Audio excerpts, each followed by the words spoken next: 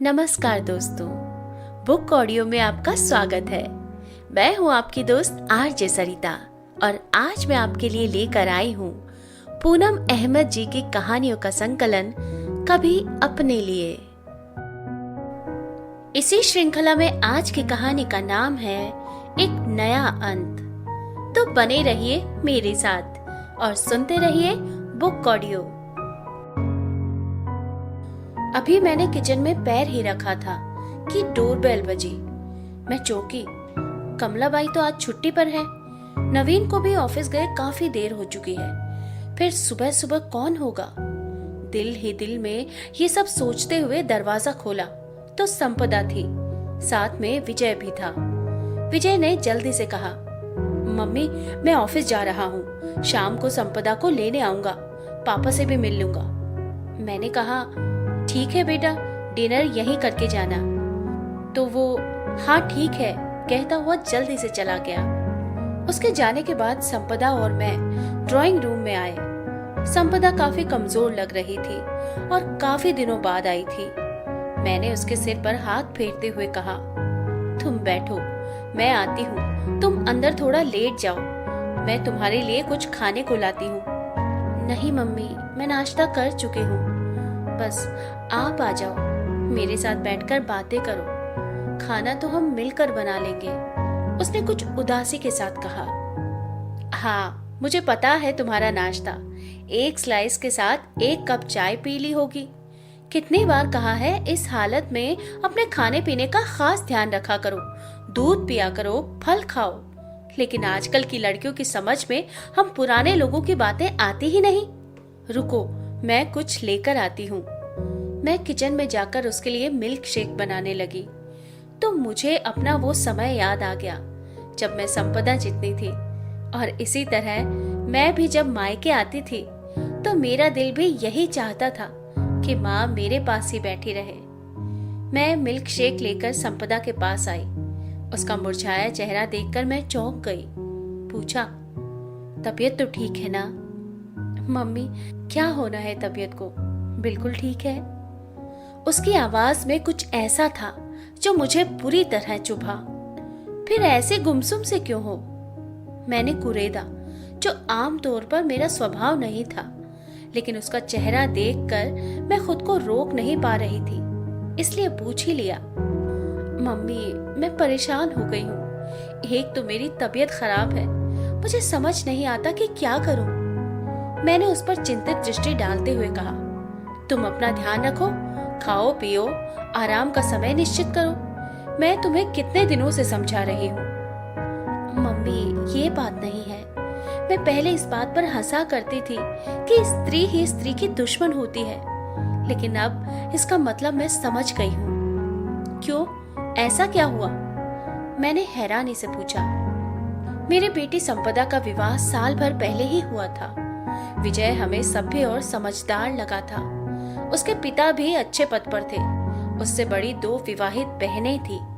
घर में आर्थिक स्थिति अच्छी थी और विजय की माँ सुभद्रा देवी मुझे ठीक ठाक ही लगी थी।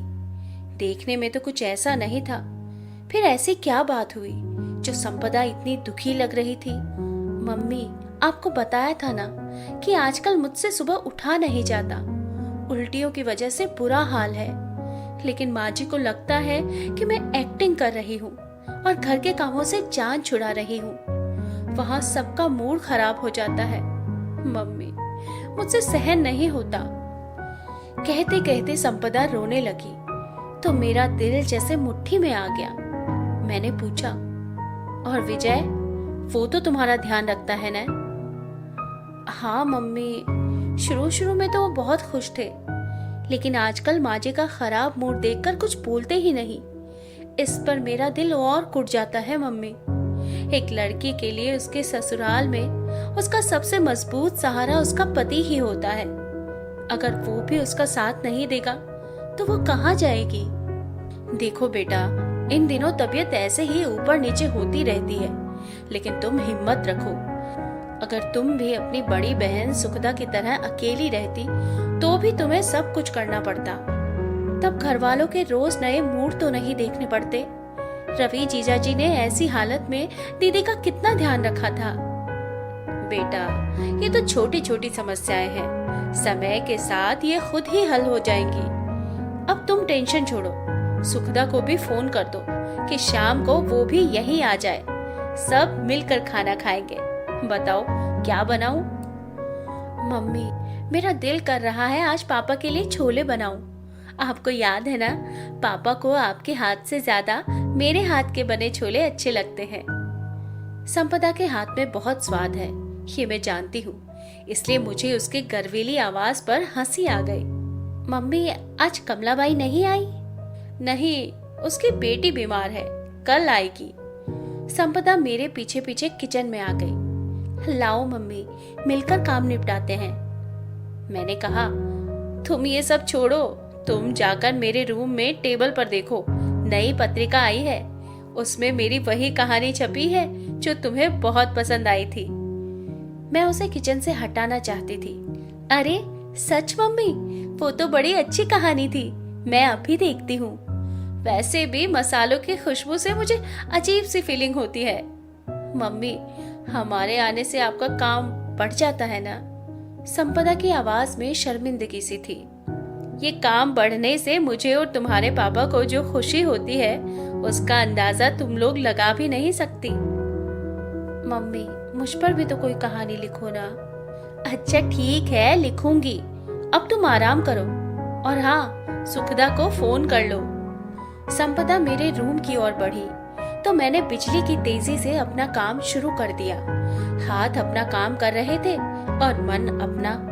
2 ही बेटियां हैं हमारी, ये तो ईश्वर की कृपा है जो दोनों इसी शहर में हैं। दोनों आती जाती रहती हैं। हम दोनों का काम ही कितना था, इसलिए समय मिलने के कारण मेरा लिखने का शौक भी जोरों पर था। कई पत्रिकाओं में मेरी कहानियां छपती थी, जिसकी सबसे बड़ी प्रशंसक और आलोचक मेरी बेटियां ही थी। नवीन तो शाम को ही आते थे। सच तो ये है कि मेरे इस शौक ने मेरे अकेलेपन को बड़ा सहारा दिया था, क्योंकि बेटियों वाले माओं को तो आदत होती है ना कि हर समय घर में गपशप और रौनक का माहौल हो। इसलिए संपदा के विवाह के फौरन बाद मैं बहुत घबराई, लेकिन फिर धीरे धीरे खुद को संभाल कर अपने आप को व्यस्त कर ही लिया था। रात में मेरी बेटियां दामाद इकट्ठा हुए। सुखदा के बेटे शौर्य ने खूब रौनक लगा रखी थी। नवीन दोनों दामादों के साथ बातों में व्यस्त थे। हम तीनों बेडरूम में आ गए। शौर्य ने नवीन जी की गोद में डेरा जमा रखा था। सुखदा अपने पापा की तरह हर बात साफ साफ करती थी। अब तो वो और भी बोल्ड हो गई थी, लेकिन संपदा मेरी तरह बहुत ही सोच समझ कर बोलने वाली थी। इस बात का ध्यान रखती थी कि सामने वाले को कोई बात बुरी न लगे। अपनी परेशानी जल्दी शेयर नहीं करती थी, इसलिए मुझे उसकी चिंता रहती थी। सुखदा ने संपदा से उसके ससुराल के हाल पूछे तो वो बताने लगी कि कैसे पिछली बार जब उसकी ननदें आई तो सुभद्रा देवी उसे खाने का लंबा चौड़ा मेन्यू बताकर अपनी बेटियों के साथ शॉपिंग पर निकल गई। विजय उसकी तबीयत देखकर कहता ही रह गया कि वो खाना बाहर से ले आएगा, लेकिन सुभद्रा देवी ने उसे बुरी तरह डांटा कि बेकार के नखरे उठाने की जरूरत नहीं है। मैं और सुखदा उसके बात सुनकर दुखी होते रहे और साथ ही उसे समझाते भी रहे। डिनर हो ही चुका था। दोनों बेटियां चली गई। एक दिन हमने डिनर शुरू ही किया था कि विजय का फोन आया। संपदा की तबीयत ठीक नहीं है, उसे हॉस्पिटल ले जा रहे हैं। हम तुरंत वहां पहुंचे। संपदा के सास ससुर भी वहीं थे। मैंने बेचैनी से पूछा, क्या हुआ? अभी तो काफी टाइम है डिलीवरी में। सुभद्रा देवी जैसे भरी बैठी थी। अरे होना क्या है, आजकल की लड़कियां हैं ही नाजुक, जरा सी गर्मी और जरा सा काम सहन नहीं होता इनसे। हम लोग कितना काम करते थे, ना एसी था ना कूलर। इस पीढ़ी में तो जैसे जान ही नहीं है। मैंने नवीन का उड़ा हुआ चेहरा देखा। उनकी तो जैसे अपनी बेटियों में जान थी। सुखदा अक्सर कहती थी, कितने मजबूर होते हैं लड़कियों के माता पिता भी। उनकी बेटी के बारे में ससुराल वाले न जाने क्या क्या कह जाते हैं और वे पलट कर जवाब भी नहीं दे सकते।